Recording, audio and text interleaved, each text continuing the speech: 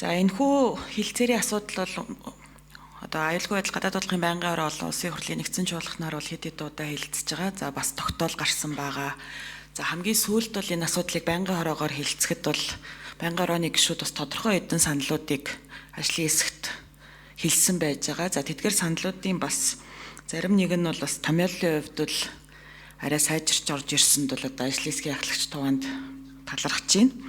За нөгөө талаас сая протокол дурдагдлаа. Протокол бол бас сая арбын зурагдсан юм байна. Тэгээ протоколыг бас протоколтой танилцах хүсэлтэй байгаагаа бас хэлье. Араас нь болохоор одоо 3 гэрээ байгуулагдана гэж ойлгоод байгаа. Тэгэхээр яг зөв процессын хувьд бол одоо бас нэг асуудлыг наривчилж ойлгох хүсэлтэй байгаа даа л да. Тэгэхээр энэ 3 гэрээ хизээ байгуулагдах уу те сая бас зарим зүйлийг нь дурдах шиг боллоо.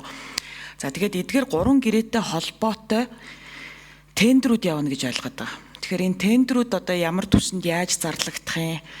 За эхний бүтээн байгуулалтын тендер бол 5 сарын 1-ээс аялжих шиг боллоо тийм ээ. Тэгэхээр нүүрсний уурхайн хүчин чадлыг нэмэгдүүлэх тендер хэрхэн яаж зарлагдах юм, тэгээ хизээ яаж дүгнэгдэх юм гэдэг тал дээр бас яг энэ процесстэй холбоотой тодорхой мэдээллүүдийг бас өгнө үү баярлалаа.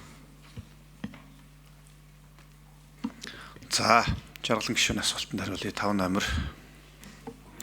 За жаргалан гишүүний одоо өмнөх байнгын орон дээр хэлсэн саналууд маш зөв зүйтэй саналууд бол тусгагдсан гэдгийг бас хэлье. Энэ дээр нөгөө хоёр талын одоо хамтын ажиллагаанд хятадын аж ахуйн нэгжүүдийг одоо давуутай байж болох утсаар тийм одоо үг өгүүлбэр орсон байсныг одоо арилжааны зарчмаар хамтран ажиллана гэсэн ийм байдлаар оруулж өгсөн.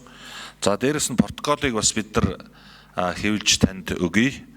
За энэ шууд энэ гэрээс хоёрхан батлагдмагц шууд энэ ажлуудаа орно. Энэ 3 гэрээний ерөнхийдөө төмөр замын нүүрс худалд авах уурхай хүчин чадлыг нэмэгдүүлэх энэ гэрээнүүд нь бол драфт нь бэлэн болцсон байгаа.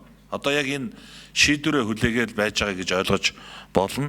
За тэгээд энэ дээр бол эхнийх нь энэ төмөр замын гэрээ бол шууд одоо хоёр улсын тендерээ зарлал тэгээд 5 сарын 1-ний дотор шалгараал тэгээд одоо бүтээн байгуулалтын ажил руу шууд орох асуудалд орно. За нүүрс худалдах авах гэрээ бол хоёр Эрдэнэс 57 компани, China Energy компани хооронд шууд гэрээгээ одоо хийгээд энэ худалдах асуудал учраас шууд энэ худалдаанд орно гэж ойлгож болно.